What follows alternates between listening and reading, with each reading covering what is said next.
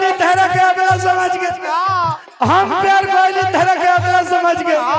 लेकिन तार भाई ऐसा सरवा का दर बाकी हमारे बैंड बजा धरस तबला समझ बेवफा हो गई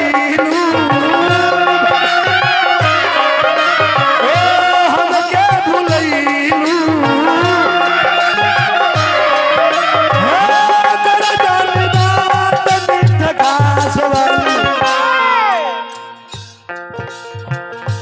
गोली तहरा प्यार में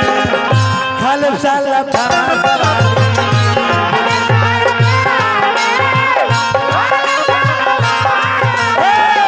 गोली तहरा प्यार में खालब साला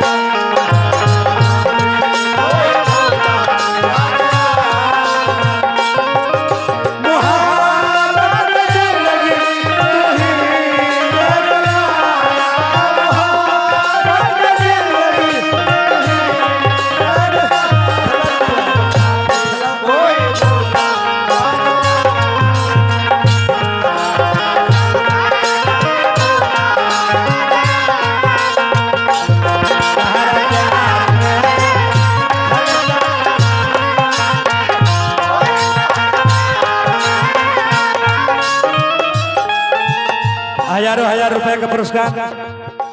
18 पंचायत के मालिक केसीआर साहब प्रदीप जी और 17 नंबर वार्ड के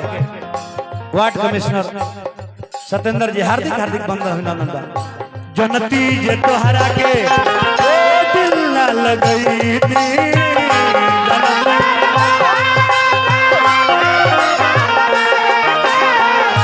डूबी के तो मोती कहीं जहर नहुर खैती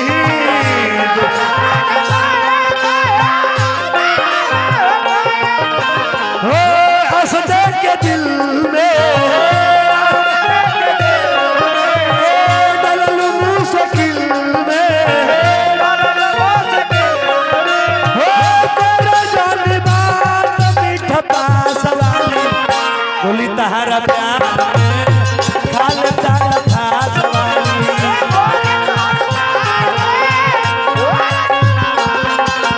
प्रेमा